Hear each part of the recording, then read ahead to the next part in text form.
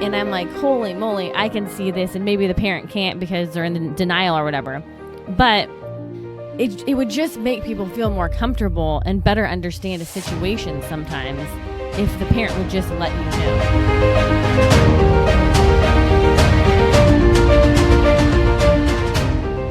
It's been a minute since we've done an early one.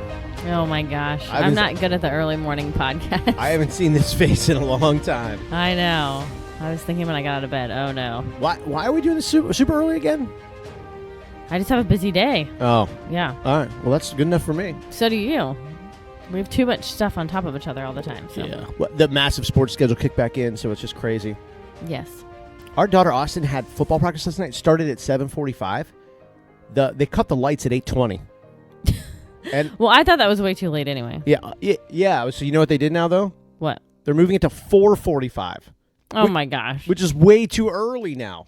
Most people work till 5. Apparently not on this football team. Yeah. I don't know what's going on. Oh my gosh. Yeah, so we're all in at 4:45. It's going to be blazing hot. Oh yeah. Oh yeah. I was just reading this article about the delay, and once you get diagnosed with autism, I don't know where I got this article. I'll have to look. This kid, they did this feature on this kid. He had to wait a year before he could get any therapies. Wow. That's how in demand therapies are right now. I believe it. Yeah, a year. I mean, and you know, with autism, I think the kid's 3, so that's like a crucial age that you want to start getting, that's some scary. interventions.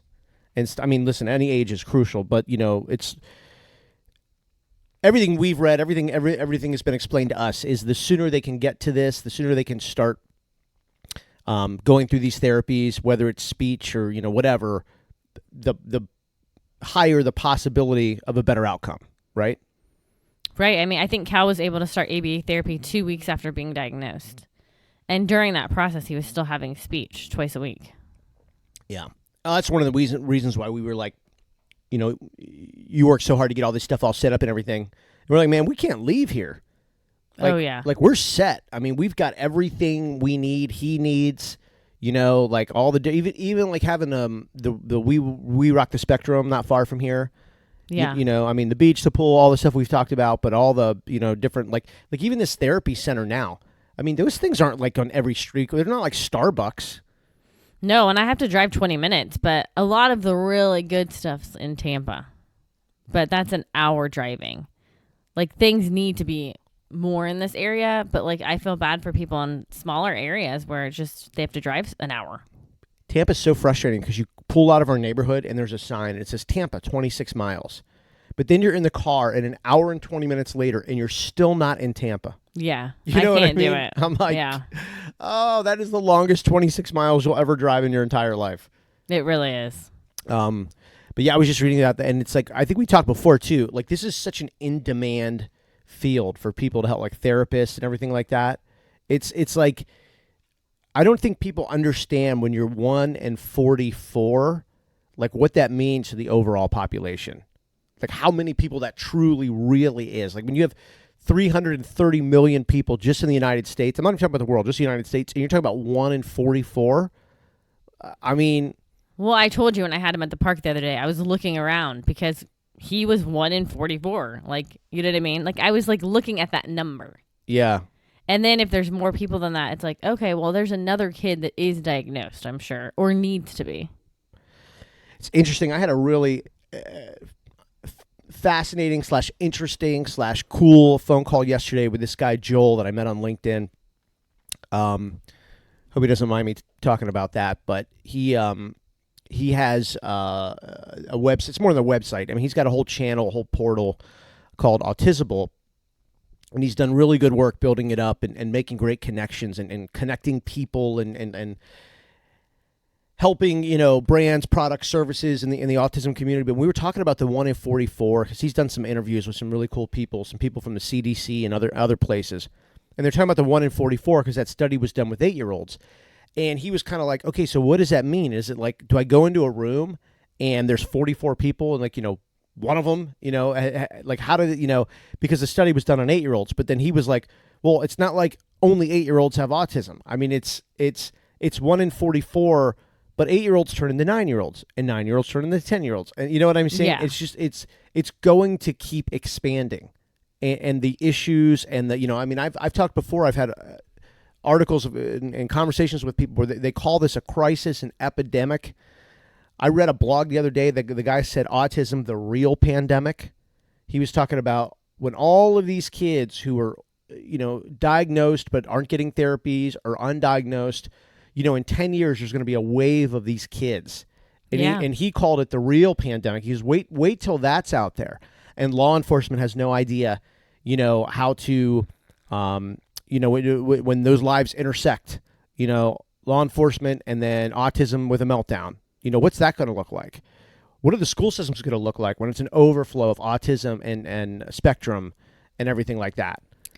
And I would say it's a good mixture of the kids that are being diagnosed that maybe 60% of them are getting therapies and the other 40 aren't. Yeah.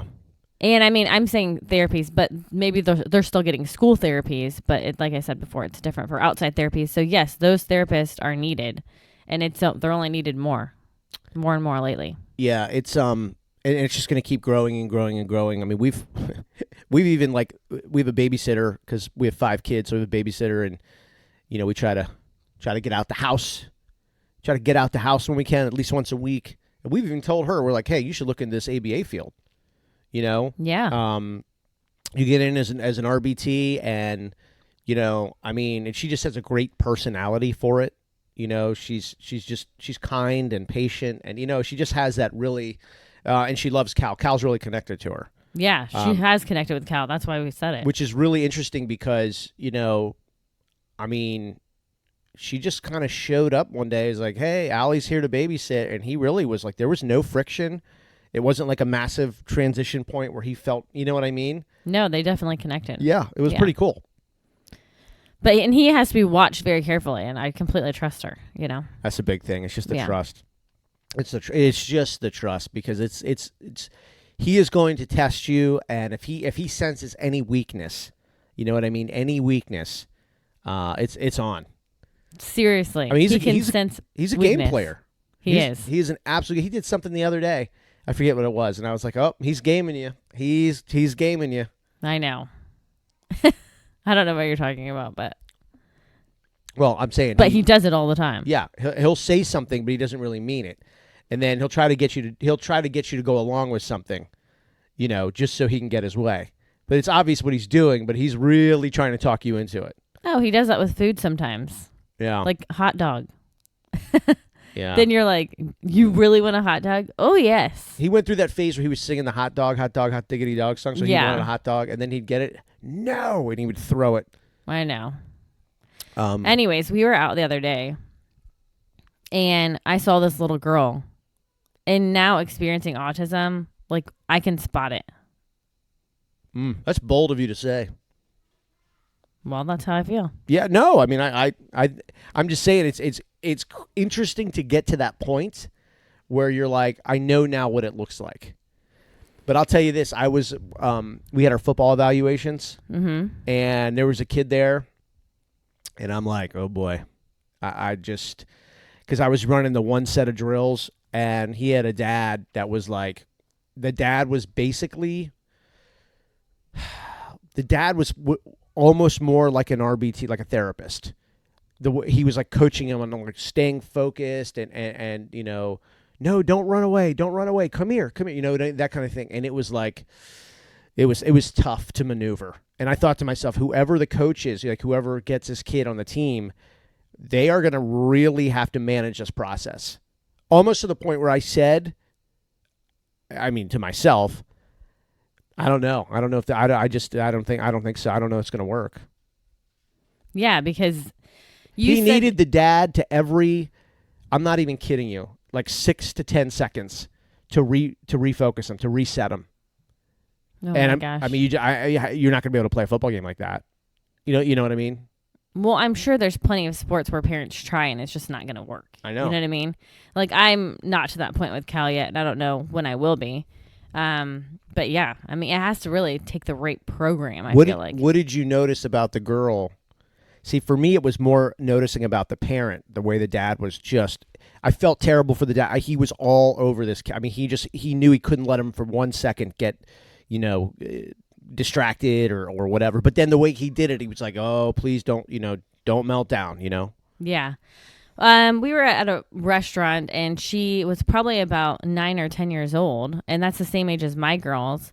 And she was playing in the rocks like a 2 or 3-year-old, like something Cal would do. Oh, yeah. Exactly what Cal would do. And she was laying on the floor, and she was looking at her head sideways and examining the rocks, and then just playing with the rocks. I mean, she was just focused in her own little world, and I could just see it.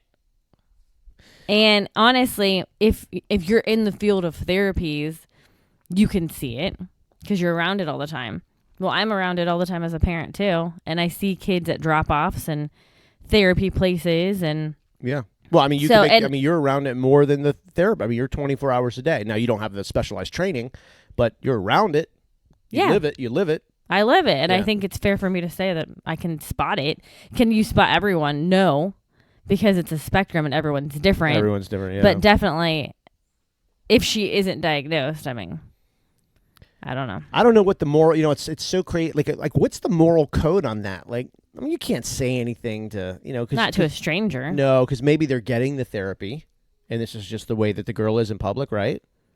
Right, maybe. Yeah, and maybe this is like a day where the parents are like, oh, thank God she's just playing with the rocks. We've had those days with Cal where it's like, oh, thank God he's just. Yeah, she wasn't doing anything crazy. And maybe that's for the parents, like, oh no, this is good. This is good. This is fine. And she was calm. Yeah. But I've done kids' hair boy. before. He awakens. I've done kids' hair before where I'm like, I wish you would just tell me, because it's obvious to me. Maybe they don't know. Maybe they don't know, or they're in denial. But I'm just like, holy moly, like. I mean, my kid, I have to chase his head around, and this is torture for him. But now you're making me do it to your own kid, and you're not telling me? Yeah. I'm like, oh, my gosh. It's an interesting topic. I mean, we haven't talked about this, but like it's almost like you get this spectrum radar as a parent. And it's funny because I don't think I even told you the other day about this one kid at the football evaluations. Did I? Did I mention? You did. You did. Oh, okay. I just can't remember. Oh, okay. Uh-oh. He pooped. Uh-oh. Poop alert. Poop pause. Pause button for poop. All right, so we are back. That is the beauty of a podcast. You can just stop it, and it's like it never even stopped. It's like we didn't go anywhere. You can change a diaper, and nothing ever stopped. Perfect. Incredible. So I was talking about like a parent not letting me know about the child not liking its haircut and stuff like that. And I'm like, holy moly, I can see this, and maybe the parent can't because they're in denial or whatever. But it would just make people feel more comfortable and better understand a situation sometimes if the parent would just let you know. But I guess if you're in denial, then that's not the case. What do you mean? You mean let you know, like you're at the restaurant and she has to come tell you? No. Like in the process of doing someone's hair. Oh. You know what I mean? My bad. I forgot. We had jumped to hair real quick. Yeah, I forgot about that. Yeah. Yeah. I thought you meant like you wanted her to go to the restaurant and tell everybody sitting there that my child. No. I was like, wait, no, that's a little weird. Absolutely not.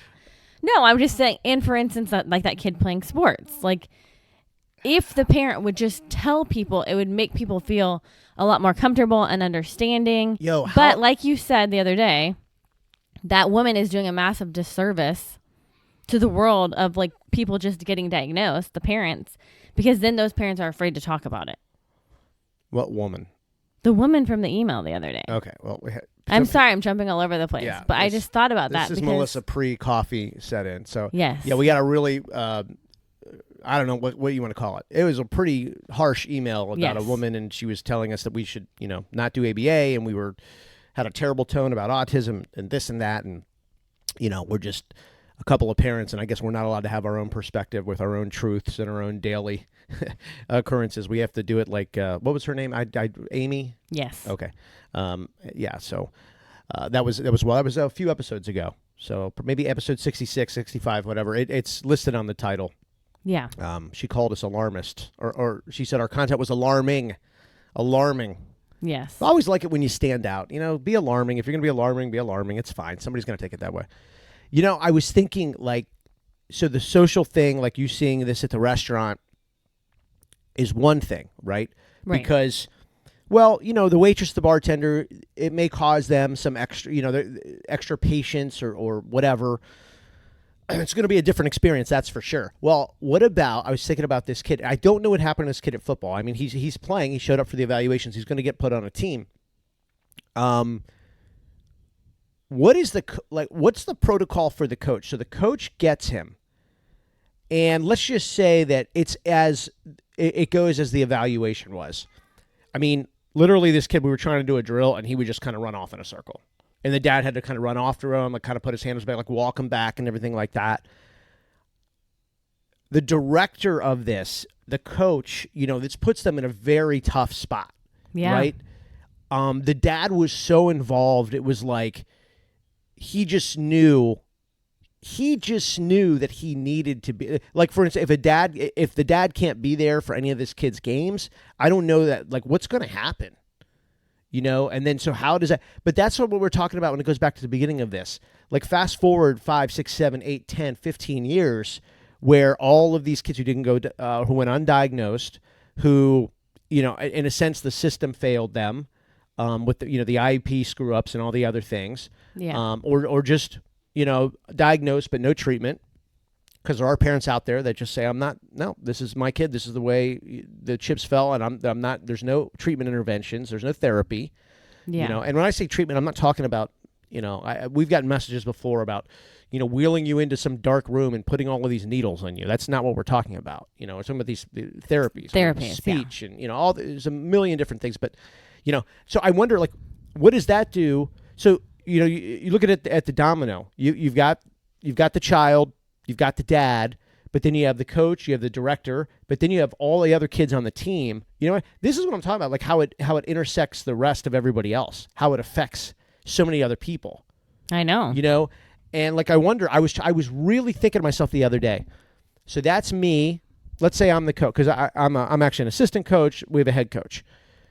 If we get the child, okay, and the child is like he was on evaluations, do you say something to, hey, we're having a hard time, Yeah, and that's when the dad should tell you what's going on. So that's one route it could go. Right. Listen, this, and that, which at that point for me would be great, because I feel like then he opens the door, and maybe that's like asking for a little bit of help.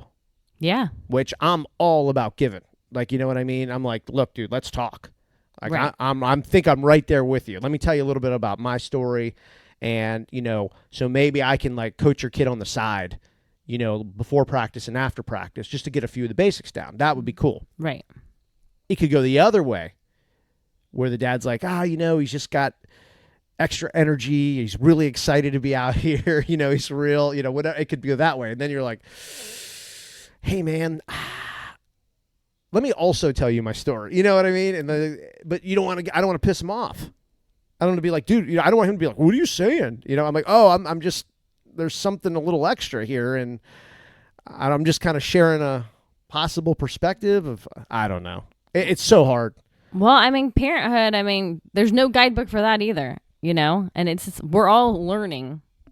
Seriously. Yeah. And then you add autism on top of that, and it's like, wild. But like, some people, that just goes back to the denial thing. Maybe that's his first kid, only kid.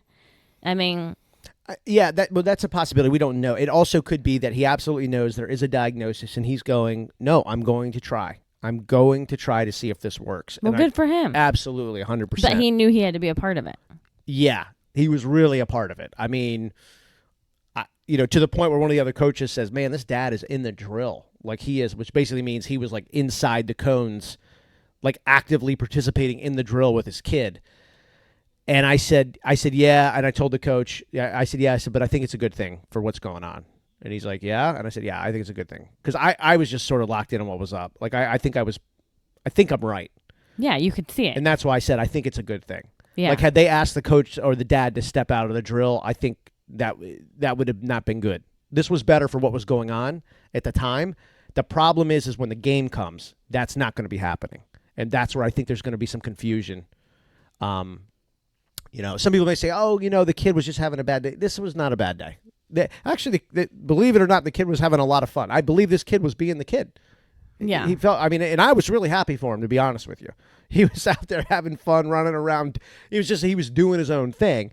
But, when you do like a sports league, at this age where you're starting to kind of peel off the kids who aren't interested, you're starting to peel off the kids who's, you could tell parents were making them be out there. It gets a little more serious, like the kids are learning plays now. Yeah. It's not just like, we've all seen T-ball, right? Where the 3-year-olds go out there, and when they do hit the ball, all 11 kids run and basically tackle their own teammates for the ball. Right. Nothing's making sense. I know. It's just getting them used to getting out there, wearing a glove, being on a field and stuff. Right. So, yeah. This is an older age. It's different. Yeah, it's different. And honestly, what this is, it's pretty competitive. Very competitive. Yeah. Even with the parents, it's competitive. Oh, yeah. And that's why I said this touches all kinds of different, like, little venues, little arenas, because you're, unfortunately, but not unfortunately, because so many people don't know. I'm just saying it is unfortunate, but you're going to have other parents whose kids are on that team who are going to be like, what is going on here? I know. Like, you're going to have those parents. I see them. They show up. They've had a brutal day at work. They hate their job. They show up. They're just like, they've been sitting in traffic. They hate their boss. They're constantly checking their phone because of their email. You know what I mean? They're pissed. Right. They're going to show up and they're going to just vent. They're going to see this kid and they're just going to be like, what's going on here? Why is he out there? This is ridiculous. You can just feel it happening. Well, I'm happy that dad tried. He's trying hard. And it's nice that he was out there. Yeah. I mean, now I can better understand how far in deep he was, Like I said, process. He was in the drill. Like, he was in the cones with the other kids. I mean, the coaches usually aren't even in the drill. You're letting the kids do their thing. You're coaching them from the side. It was very different. It was just a different set of circumstances. And it was like that for each station that the kids were going to do their evaluation. I've been thinking about that guy, and I wondered if I'd see him last night. I didn't. They may have a different practice night, but I'm like, man, I just wonder, like, how is this going to go down? But I'm going to try to go and see one of their practices and just observe. Or maybe he realized then that it's not going to work. I mean. Yeah, I don't know. Maybe. But I'm going to try to see one of the practices and see what's going on. Because I wonder if, as a coach, if I see that that's happening, do I have some weird, like, obligation? Not as being a coach. I mean, my God, that's nothing like that. But, like, human obligation to go talk to the other coach if that's really what's going on. And say, hey, man, I just want to, because I know the other coaches, whoever the coach might be. I wonder if I have some obligation to be like, hey, I think you might be dealing with this, and that. You may be a little patient. Well, yeah, but you also may want to get the dad, bring him in for like a quick conversation and be like, ask the dad, hey, how can you help me? Right. So maybe the dad needs some relief.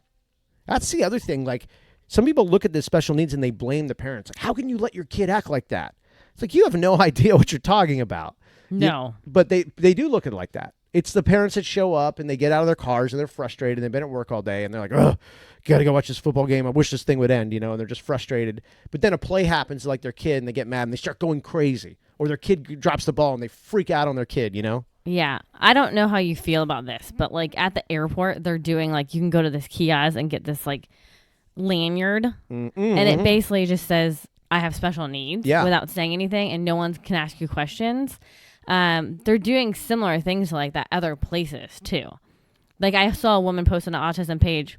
She went to Sky Zone and she told the staff her kid's autistic, so they put like a lanyard on her or a sticker or something, again, so the staff would know. And then people were really understanding and helpful and everything. And I just feel like there needs to be more of that to make people not feel uncomfortable or to help the situation, more patience. I just think it would help. Well, I always say I'll never question the parent. And so if you think that, first off, you've obviously done the work and the research and the therapies to know that your child is autistic. So absolutely, if you're going to take advantage of that and get a lanyard, I think it's awesome. If you know that's going to help your child, I think that's super. Yeah. I think it's really good. I mean, we've talked before about, we have Cal that we put in this red wagon at like the baseball field or the football fields and stuff. And I have an autism sticker that I was thinking about putting on my car, but then we thought maybe we'll put it on the wagon because people look and they're like, why is this almost 5-year-old in a wagon? People look. You can tell. I know. I see people looking. It's fine. I mean, I don't care anymore. Yeah. But Well, it's I can kind they're of see. just questioning, like, why, Yeah. Well, it's my thing with putting the sticker on the wagon was more about because sometimes people will come up to him and talk to him, and he'll just look at him and just not respond, or he'll look at him and call them a shark. Yes. Like a grandpa shark or a grandma shark, which right. at times has come off very strange to some people. They really like, what's going on here? But I think if they saw the thing, Yeah. because I think the sticker says, alert, I have autism, I may not respond or something like that. Yep, that's exactly what it says. It's well said, and it basically is just like, I may not interact with you the way that you think because of the way I look, because I'm 5. And look 5. I mean, he looks like a 5-year-old. Right. He's at the height and weight of a 5-year-old, and he's holding an iPad or holding his snacks or something. So you would go up to him and think, oh, he's 5, he talks. Yeah. And then you go up, and you're just probably just not going to get what you think. So, right. Which, selfishly speaking, the one thing I liked about the sticker, I mean, it kind of relieves us as having to explain those times. Yeah, it does. It's almost like, hey, man. You read the sticker, you went in to talk, you're going to get what you're going to get. And sorry, you might be a 28-year-old new mom of 1, and you're grandma today. You know what I mean? Because that's happened before. You know what I mean? Right. Some young girl's like, hey, how are you? And he's like, hi, grandma. And they're, oh. That is funny. Yeah. So, the sticker kind of, I don't know. The sticker kind of does that. All right. We have good topics today, but I gotta go. Good topics. Good. I mean, we and unplanned. Yes, completely unplanned. Unplanned, by the way. I do want to mention Aspire Nutrition. We have teamed up with Aspire Nutrition. You can get our link at dailyautism.com. Man, I'm on the daily detox. I am firing out of bed. I am releasing all of these nasty, just disgusting toxins and free radicals that are just roaming all over our bodies. I'm really actually jacked up, to be honest, because I'm drinking so much more water, too. And I was even thinking about, too, I was reading on the Aspire thing, think of the air that we breathe, all of the toxins in the air that we breathe that never get out of your body. They get into your cell walls and everything. But they've done these clinical trials, and they've shown that taking the daily broccoli sprout extract, it's a detox product. It improves social interactions, verbal communications, and decreased abnormal behaviors. So obviously a massive benefit to those with autism, but others as well. I mean, even myself, I just feel good getting these just nasty toxins out of my body. And Cal continues to have huge success with his BioHeal Pro Plus. These are the probiotic formulas and nutrients from Aspire Nutrition. I just love saying that he's getting 26 billion colony-forming units. Now, do I know exactly what a colony-forming unit is? No, I'm not a scientist. I know it's a big number, and I know it's really helped his autism tummy. And I do know what 12 different strains of probiotics are, and he's getting them in the BioHeal Pro, plus some multivitamins and all the rest of the stuff. So I feel like all day, every day, we're like going to the kitchen, and even the kids, like we're amping up on these nutrients, man. Like, we're getting this stuff. We are. Our 14-year-old takes all 3 of them together at night. He really does. The probiotic, the, multivitamin, and the 369. He loves it. He loves it. He's just started this jiu-jitsu kick. So it's really kind of interesting how autism becomes a family, affair. But it's not just the challenging and critical moments, I mean, listen, that's a lot of it. They've got to deal with that, the other 4 kids, and we talk about trying to keep life normal for them. But then, like, we get on the Aspire Nutrition nutrients, and that also now has become a family affair, which is awesome. You know what I mean? Like, everybody's doing the probiotics. Everybody's doing the multi, so it's like there are good aspects to this where we all get to enjoy the effects of it. So it's pretty cool. So actually, I got to go jump in and get my probiotics right now.